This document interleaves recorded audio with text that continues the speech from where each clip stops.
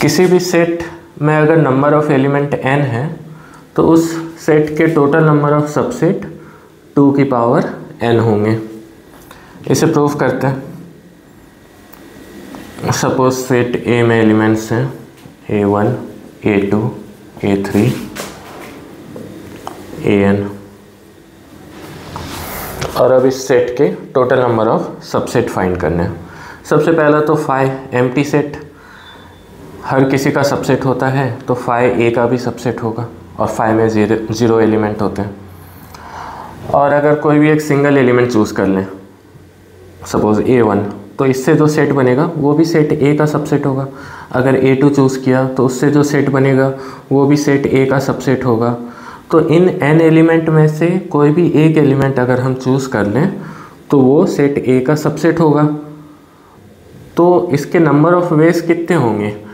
n elements हैं, उसमें से एक एलिमेंट चूज़ करना है तो उसके नंबर ऑफ़ वेज होंगे nc1 and this total number of way will be equal to the total number of subset of A containing one element। और वैसे ही nc2 this will be equal to the total number of way of selecting any of these two object and this total number of way will be equal to the total number of subset of A containing two element। और ये phi जो आया है ये nc0 से आया है, total number of way of selecting 0 object out of n object.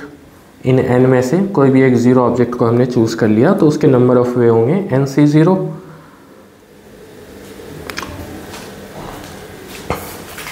और वैसे ही nc3 क्या होगा? Number of way of selecting 3 object out of this n object. और ये जो nc3 होगी उसकी वैल्यू होगी number of subset of A containing 3 element